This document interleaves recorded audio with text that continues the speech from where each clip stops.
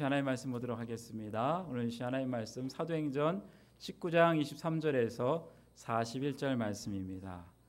사도행전 19장 23절에서 41절 말씀, 제가 진 성경 신약 222페이지에 있는 말씀입니다.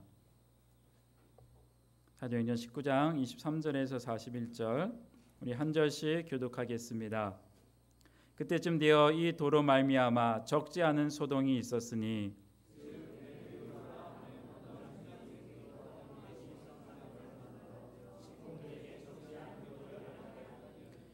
그가 그 직공들과 그런 영업하는 자들을 모아 이르되 여러분도 알거니와 우리의 풍족한 생활이 이 생업에 있는데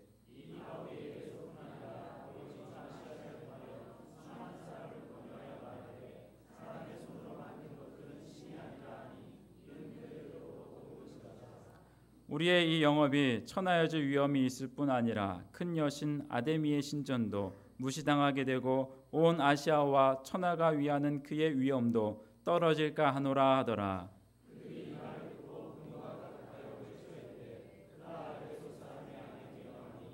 온 시내가 요란하여 바울과 같이 다니는 마게도냐 사람 가이오와 아르시다고를 붙들어 일제히 영국장으로 달려 들어가는지라.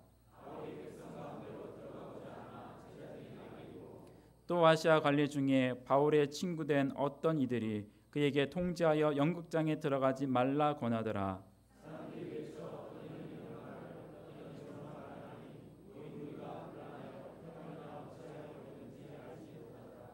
유대인들이 무리 가운데서 알렉산더를 권하여 앞으로 밀어내니 알렉산더가 손짓하며 백성에게 변명하려 하나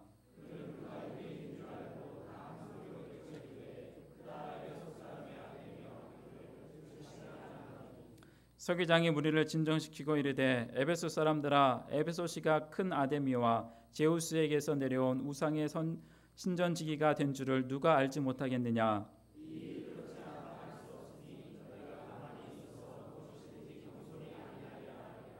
신전의 물건을 도둑질하지도 아니하였고 우리 여신을 비방하지도 아니한 이 사람들을 너희가 붙잡아 왔으니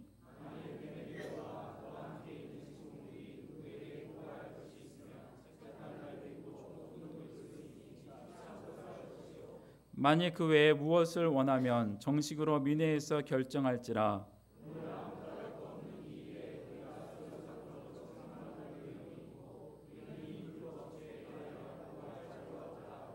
함께 봅니다. 이에 그 모임을 흩어지게 하니라. 아멘. 이 시간 담임 목사님 나오셔서 에베소의 대소동이라는 제목으로 말씀 전해주실 때 은혜 많이 받으시기 바랍니다.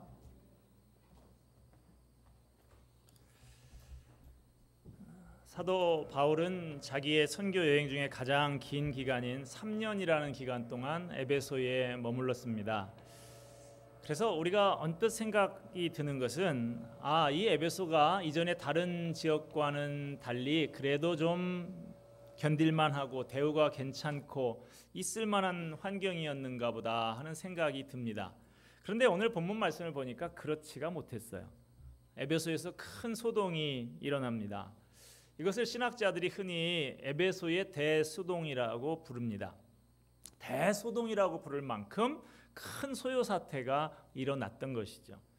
에베소 사람들은 아데미라고 하는 여신을 숭배합니다. 그리스 신화에 보면 최고의 신이 제우스죠. 제우스에게 쌍둥이 남매가 태어나는데요.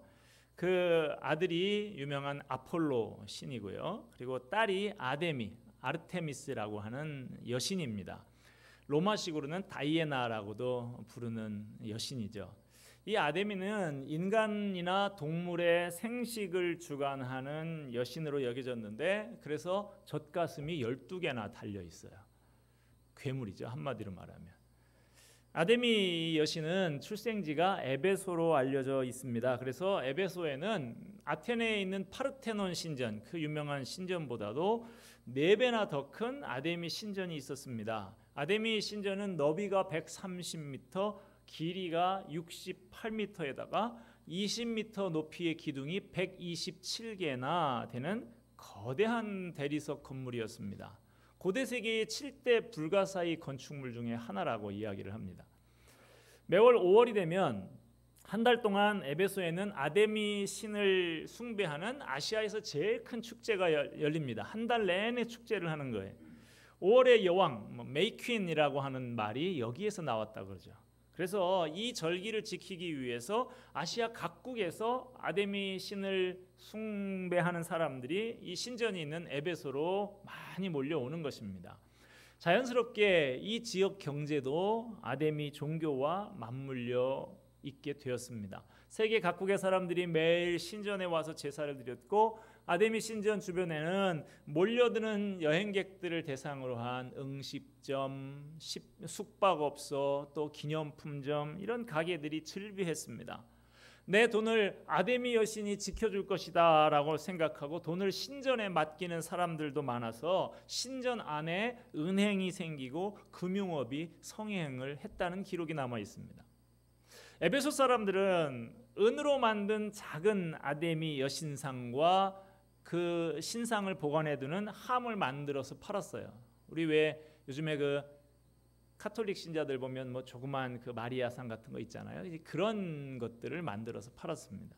사람들은 이 함을 사서 납골당에 이렇게 안치하듯이 집안 벽에다가 구멍을 파고 아데미 신상을 모신 제단을 만들었습니다. 그리고 거기에다 대고 아침 저녁으로 비는 거예요. 그 남묘 호랑객이라고 하는 그 저희 그 친척 집안에도 그걸 믿는 분들이 한 분 있는데, 보면 새벽마다 일어나서 그 벽에 있는 조그만 데다 대고 그렇게 막 그 뭐라고 자기 전에도 또 한 2시간씩 뭐라고 막 하고 이런 걸 보는데요.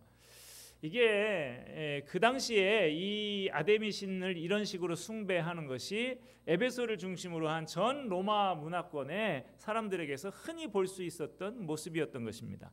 그러니까 이 신상과 함을 만들어 파는 사업, 이것이 얼마나 호황이겠습니까? 돈벌이가 짭짤했어요. 이 사업을 해서 한몫 잡은 사업주가 바로 오늘 본문에 나오는 데메드리오라고 하는 사람입니다. 이렇게 우상 숭배가 만연하고 그와 연관된 사업이 성행하는 우상의 도시, 이것이 에베소였습니다.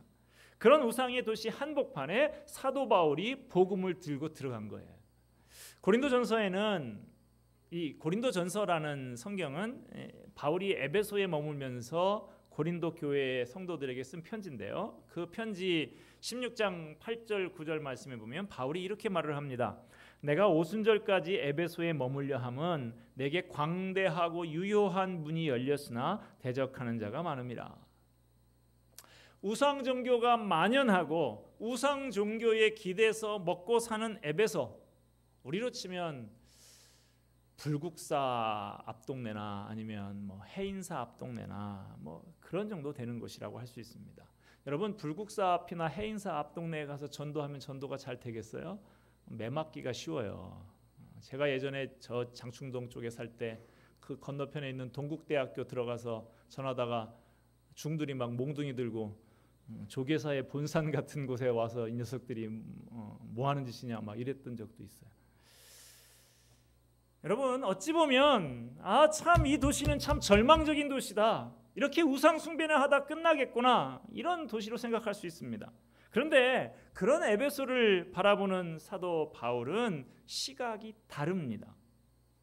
대적하는 사람도 많기는 하지만 내게 광대하고 유효한 문이 열렸다, 이런 표현을 쓰고 있어요.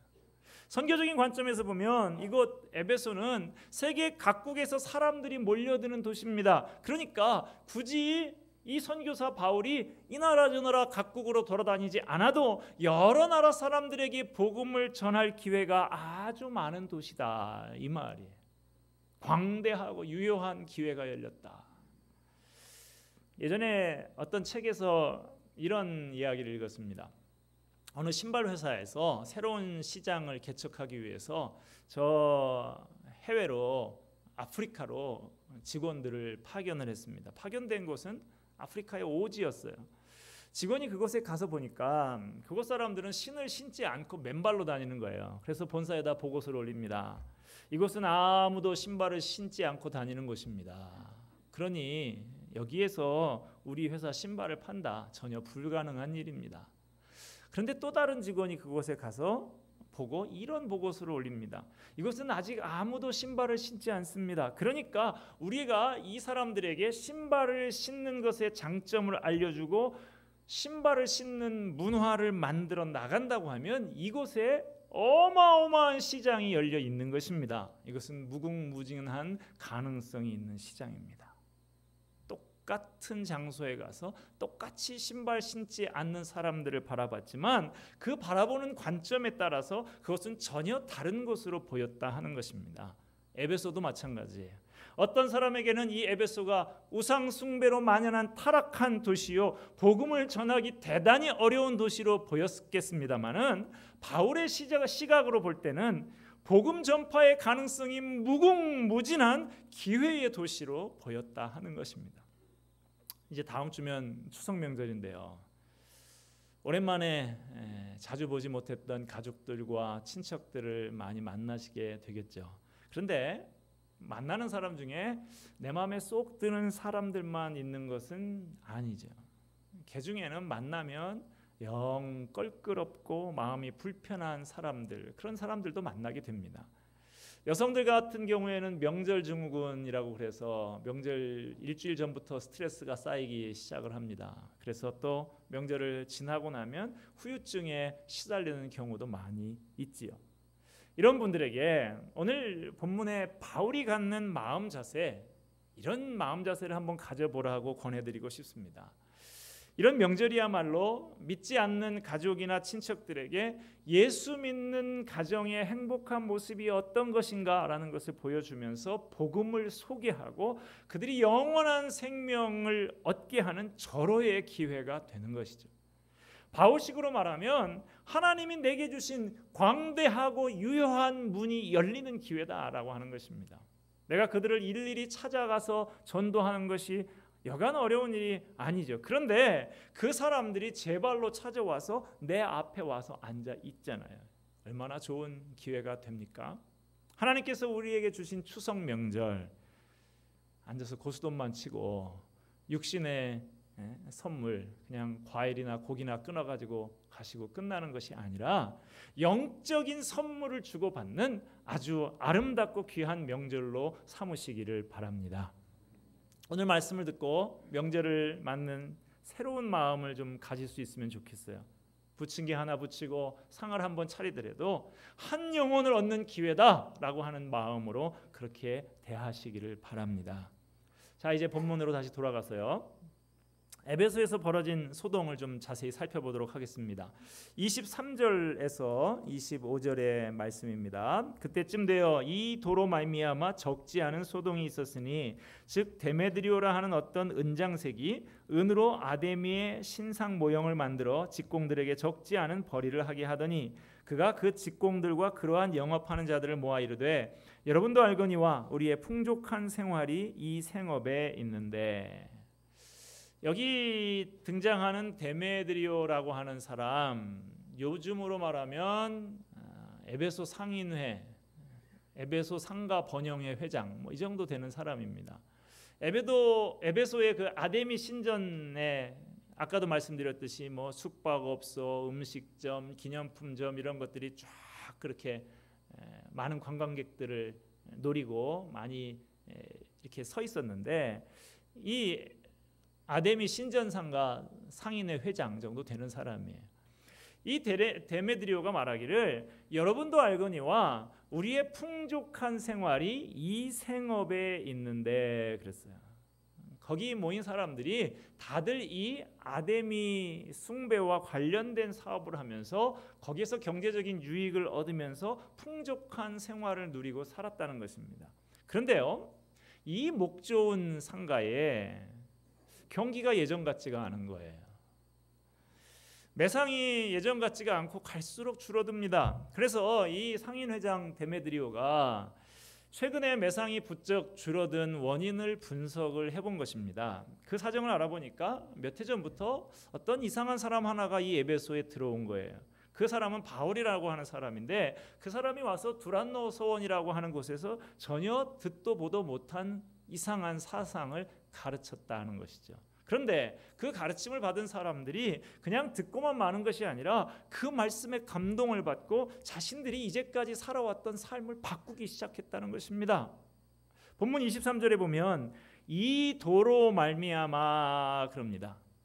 이 사도행전을 기록한 누가는 바울이 전한 예수 그리스도의 복음을 이 도라고 표현을 했습니다. 이 도로 말미암아, 이 복음으로 말미암아 그 말입니다. 데메드리오는 최근 아데미 상가에 생긴 이 매출 부진의 원인이 무엇인지 분명히 파악하고 있어요. 바울이 전한 이 도, 바울의 이 복음 때문에 그렇게 되었다라고 말하고 있습니다. 에베소에서 일어난 이 소요 사태가 어떤 사람 한 명 때문에 일어난 것이 아니고 하나님의 말씀 때문에 일어난 것이라고 말하는 것이죠. 여기서 저자가 중요하게 드러나고자 하는 강조점은 지난주에 우리가 살펴본 말씀과도 같습니다. 19장 20절의 말씀이죠. 이와 같이 주의 말씀이 힘이 있어 흥왕하여 세력을 얻으니라. 바울이 하나님의 말씀을 전했는데 그 말씀 자체에 힘이 있어서 흥왕하고 세력을 얻었다. 에베소에 국한된 것이 아니라 전 아시아에서 세력을 얻었다는 거예요. 그간에도 에베소 지역에 유대인들이 많이 들어왔습니다. 이미 많은 유대인들이 그곳에 있었습니다만은 유대교를 믿는 유대인들은 이방인 전도를 잘 하지 않습니다. 그들을 그저 멸시하고 개처럼 여기는 그런 사람들이지 그 유대교 믿으라고 그렇게 잘 전하지 않았기 때문에 그동안 이 에베소에 많은 유대인들이 있었지만 별 영향이 없었던 것이죠. 그런데 바울의 경우는 달랐습니다. 본문 26절입니다. 이 바울이 에베소뿐 아니라 거의 전 아시아를 통하여 수많은 사람을 권유하여 말하되 사람의 손으로 만든 것들은 신이 아니라 하니 이는 그대들도 보고 들은 것이라. 바울이 가르치기를 사람의 손으로 만든 것은 신이 아니다라고 가르치는 바람에 우리 장사가 이렇게 안 되는 거다, 이 이야기를 하는 거예요. 사람의 손으로 만든 것은 신이 아니다. 이 바울의 가르침은 이미 오래전, 이때부터 한 700년 800년 전에 이사야 선지자가 이미 구약에서 가르친 바입니다. 이사야 45장 15절 18절을 보면 이렇게 말합니다. 이 나무는 사람이 땔감을 삼는 것이거늘 그가 그것을 가지고 자기 몸을 덮게도 하고 불을 피워 떡을 굽기도 하고 신상을 만들어 경배하며 우상을 만들고 그 앞에 엎드리기도 하는구나. 그 중에 절반은 불에 사르고 그 절반으로는 고기를 구워 먹고 배불리며 또 몸을 덮게 하여 이르기를 아하 따뜻하다 내가 불을 보았구나 하면서 그 나머지로 신상 곧 자기의 우상을 만들고 그 앞에 엎드려 경배하며 그것에게 기도하여 이르기를 너는 나의 신이니 나를 구원하라 하는도다. 그들이 알지도 못하고 깨닫지도 못함은 그들의 눈이 가려서 보지 못하며 그들의 마음이 어두워져 깨닫지 못함이니라. 이사야 선지자가 이미 잘 논파하고 있는 것입니다. 생각해 보십시오. 사람의 손으로 나무를 다듬고 돌을 정으로 쪼고 주물을 만들어서 우상을 만듭니다. 사람의 손으로 그렇게 만든 우상이 사람을 위해서 뭘 해줄 수 있겠어요? 제 손으로 다듬고 색칠을 한 그 우상 앞에 가서 엎드려봐야 이것이 얼마나 어리석은 일이냐 하는 것입니다. 아이가 도화지로 그 위에다가 도깨비를 하나 뿔 달린 도깨비를 딱 그려요. 지가 그려놓고 보니까 너무 잘 그렸는지 무섭다 그래요. 그러면 어른들이 뭐라고 하겠습니까? 야, 네가 그려놓고 네가 그걸 보고 무섭다고 하냐? 그러지 않습니까? 바울은 에베소 사람들에게 사람의 손으로 만든 것은 사람을 어떻게 구원하거나 사람을 어떻게 해코지할 수 있는 그런 신이 아니다. 오직 하나님만이 참 신이시다. 그렇게 가르쳤던 것입니다. 그렇게 바울이 전한 복음의 영향력이 에베소뿐만 아니라 전 아시아에 퍼져나가고 있었어요. 그래서 데메드리오가 위기를 느낀 것입니다. 바울의 이 복음 전도 사역을 그냥 방치했다가는 결국에는 우상을 만들어서 먹고 사는 이 지역 사업 전체가 망하게 될 수도 있겠다라는 생각이 든 거예요. 그래서 어떻게든 복음 전파를 막아야겠다고 직공들을 모으고 상인들을 모아서 큰 소요 사태를 일으킨 것입니다. 27절에 보면 왜 이 사람을 막아야 하는지 여러 가지 명분을 대고 있는데요. 27절 말씀 보겠습니다. 우리의 이 영업이 천하여질 위험이 있을 뿐 아니라 큰 여신 아데미의 신전도 무시당하게 되고 온 아시아와 천하가 위하는 그의 위엄도 떨어질까 하노라 하더라. 이 영업이 천하여질 위험이 있다 그러는데요. 자, 이 사람들이 그 자그마한 그 아데미 신상 모형도 만들고 그걸 담는 함도 만들고 그러는데 이것이 그냥 단순한 모조품이나 기념품이 아니라 이 신상 조그맣게 모형으로 만들었지만 여기 자체에 신통력이 있다. 이것 앞에 놓고 뭘 했더니 빌었더니 비나이다 비나이다 했더니 효험이 있더라. 이렇게 돼야 이 사람들이 긍지와 자부심이 생기는 것이죠. 이야, 내가 만든 신상에 효험이 있대. 그 직업이 숭고하고 받들어지는 것이죠. 에베소의 민속 문화 이것을 보존하고 보급한다라고 하는 그 보람과 긍지도 느낄 수 있게 되는 것입니다. 이처럼 의미 있고 가치 있는 일을 하고 있다는 사회적인 평판과 직업적인 명예가 그간에 그 사람들에게 있었던 것입니다. 그런데 그것이 실추될 위기에 있다 이 말인 것이죠. 거기다가 아데미의 신전도 무시당하고 그의 위엄도 떨어질까 하노라. 종교적인 명분까지 갖다 붙이고 있는데요. 여러분, 이 아데미가 참으로 살아있는 신이라고 하면 자기 스스로 자기 영광과 위엄을 지키겠죠. 나약한 인간이 그 위엄을 지켜줘야 하는 존재라고 하면 참 신이 아니죠. 제가 예전에 가르치던 청년이 미군이었어요. 한국에서 어릴 때 미국에 가서 이제 미국 시민권자인데 미군이 돼가지고 한국에 파병을 온 거예요. 그래서 이 친구가 이 미군 부대에서 근무를 하는데 이제 주말이면 나와서 이제 한국인 교회에 오는 것이죠. 그래서 청년들하고 친해지고 하면서 이 대화를 하는데 제가 옆에 들어보니까 이 형제가 그런 얘기를 해요. 야, 우리 미군 부대가 용산에서 이렇게 어마어마한 탱크 잡는 막 헬리콥터에 이런 거 가지고 있는데 밖에서 의경들이 우리 부대를 지킨다고 앞에서 횡단보도 앞에서 사람들이 넘어온다고 그 방망이 하나 들고 이렇게 지키는 모습 보면 참 우습다. 안에서는 지금 어마어마한 무기들을 가지고 있는 군인들이 있는데 경찰들이 그 앞에서 방망이 하나 들고 이러고 있는 모습 보면 너무나 우습다. 그런 이야기를 해요. 여러분, 아데미가 대단한 위엄과 영광을 가지고 있고 능력을 가지고 있다고 하면 자기 스스로 지키면 되지. 이 사람들이 나서서 소요를 하고 데모를 하고 해서 우리가 아데미의 위엄을 지키겠다. 얼마나 우스운 얘기입니까? 이처럼 데메드리오가 여러 가지 명분을 들이대고 있지만 근본적인 동기는 경제적인 이유입니다. 밥벌이 때문이에요. 속내가 빤히 들여다 보이는 것이죠. 결국에 데메드리오가 가장 염려하는 것은 아데미의 위엄보다는 그것이 추락하면서 동반 추락하게 되는 소득의 감소 문제였습니다. 현재 누리고 있는 이 경제적인 여유가 모두 아데미 여신과 관련이 있는데 아데미의 위엄이 떨어지면 몽땅 다 상실될 것을 염려한 것이죠. 에베소 사람들은 이미 말씀드린 대로 이 아데미 우상 하나에 자신의 생활과 명예를 몽땅 걸고 사는 사람들이었습니다. 아데미를 잃으면 지금껏 가지고 있었던 직업, 경제적인 여유, 삶의 보람 이런 것들 다 잃어버리고 인생을 망친다고 생각을 하니까 눈이 뒤집히는 것이죠. 결국 이들이 표면적으로 섬긴 것은 아데미 여신이지만 사실은 자기라고 하는 우상을 섬겼던 것입니다. 우상 숭배, 이것은 근본적으로 자기 숭배입니다. 자기 행복과 자기 영광을 추구하는 마음이 에베소 사람들에게 아데미 우상 숭배라는 형식으로 나타나게 되었지만 모든 종류의 우상 숭배는 결국은 자기 숭배의 외적인 표현일 뿐인 것입니다. 한국 사회에 아직도 많이 남아있는 조상 숭배 제사도 마찬가지죠.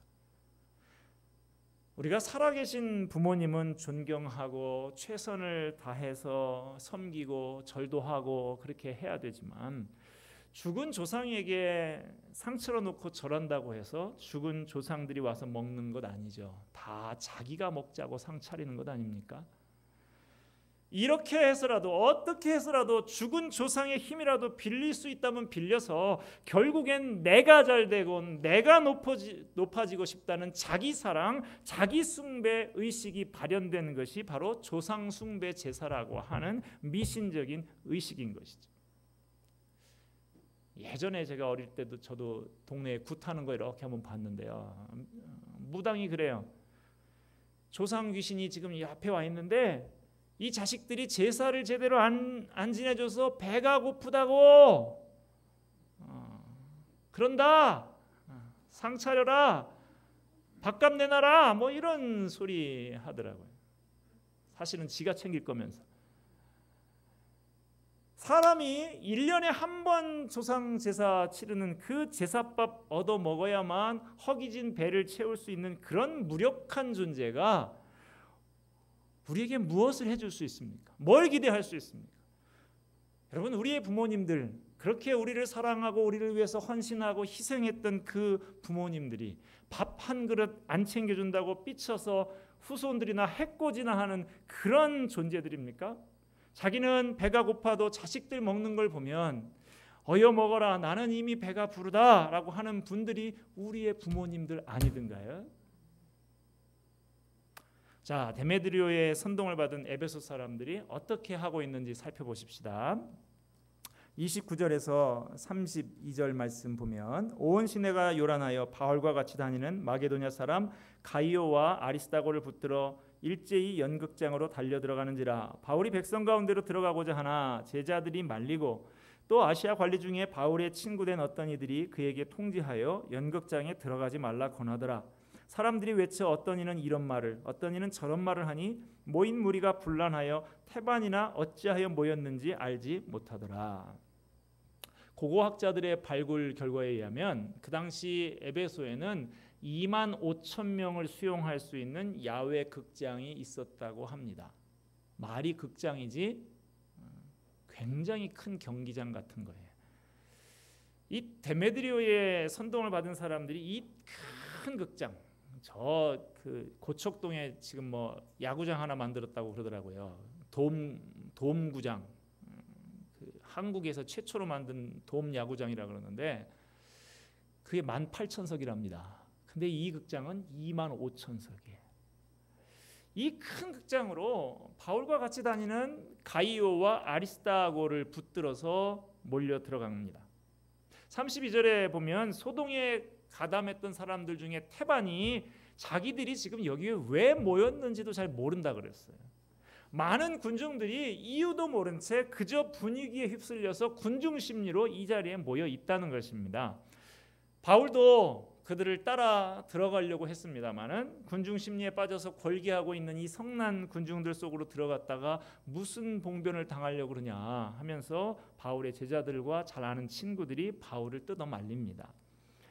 이 데메드로의 선동을 통해서 내 삶에 손해가 생긴다, 내 명예가 실추된다라는 걸 인식하게 된 청중들이 아주 격렬한 반응을 보입니다. 34절에 보면 그 무리가 연극장에 모여서 2시간 동안이나 크다 에베소 사람의 아데미어라고 소리를 쳤다 그랬어요.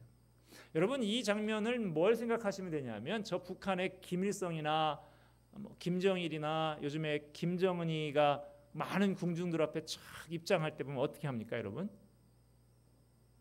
우리 같으면 뭐 아까 우리 지호 나올 때처럼 축하합니다 뭐 이 정도 하고 한 10초쯤 치고 끝내요. 대통령이 나와도 마찬가지. 그런데 그 사람들은 어떻게 하던가요? 손뼉을 그렇게 쳤다가는 바로 처형입니다. 열광적으로 손에서 막 불이 나도록 칩니다. 발을 동동 구르면서 껑충껑충 뜁니다. 와!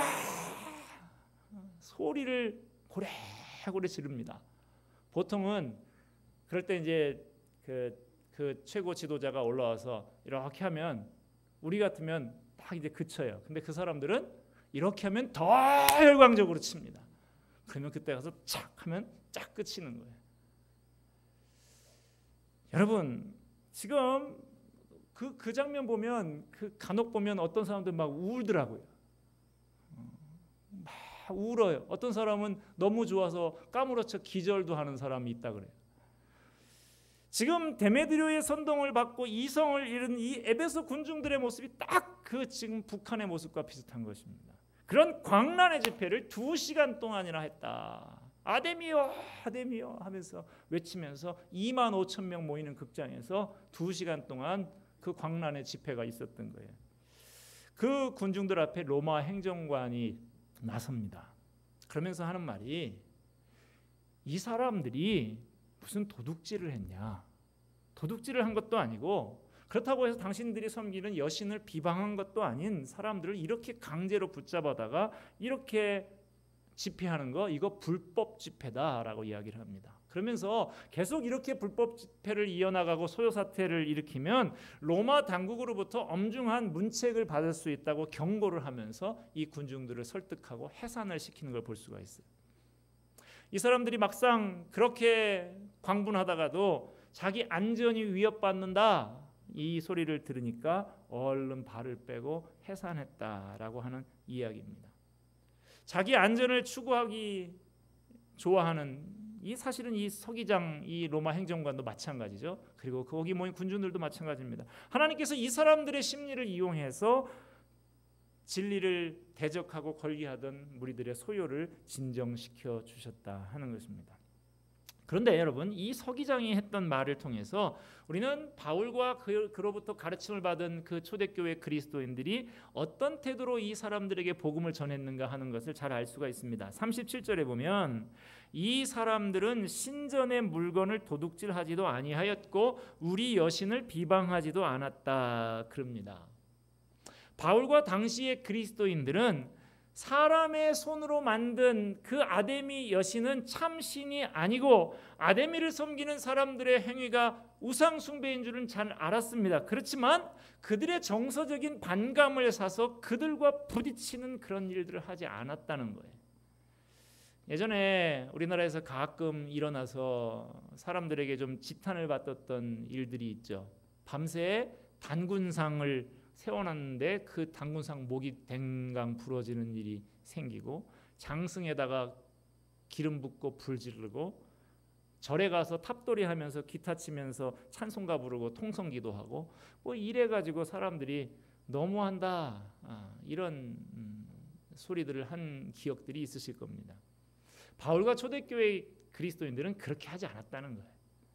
미련스러울 만큼 묵묵하게 하나님 말씀만을 전했습니다. 두란노 소원에서 몇 년 동안 오로지 말씀만 가르쳤어요. 그런데 그 말씀에 힘이 있어서 흥왕하여 세력을 얻었다라고 하는 것입니다. 지금 이 소요 사태의 주동자 데메드리오, 이 사람 이름이요, 요한 3서에 한 번 더 나옵니다. 요한 3서 12절 말씀 보면 데메드리오는 뭇 사람에게도 진리에게서도 증거를 받았음에, 이 데메드리오, 이 지금 소요 사태의 주동자 이 데메드리오가 변화됐다는 거예요. 그래서 여러 사람에게 또 진리에게도 인정을 받는 모범된 신자다라고 말을 하고 있습니다. 사도행전에 나오는 데메드리오가 완전히 변한 거예요.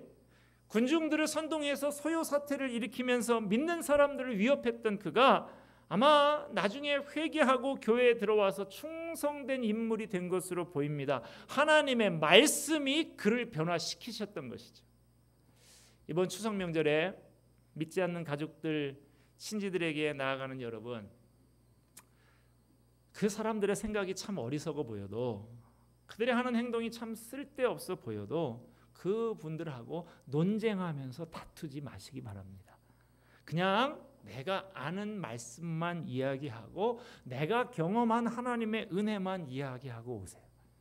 그저 예수 믿는 가정의 사람들이 행복하게 사는 모습을 보여주고 오는 거예요. 우리는 거기까지만 하는 것입니다. 그 다음은 하나님이 하시는 거예요. 그들이 전혀 듣지 않는 것 같아도 그 말씀에 힘이 있습니다. 영향력이 있습니다. 지금 그 사람들을 생각하면 한숨이 나지만 묵묵히 말씀의 씨앗을 뿌리면 마침내 여러분의 가정에도 하나님의 은혜가 임해서 많은 사람들이 주께로 돌아오는 역사가 일어나게 될 것입니다. 울며 씨를 뿌리는 자는 기쁨으로 거두리로다. 기도하겠습니다.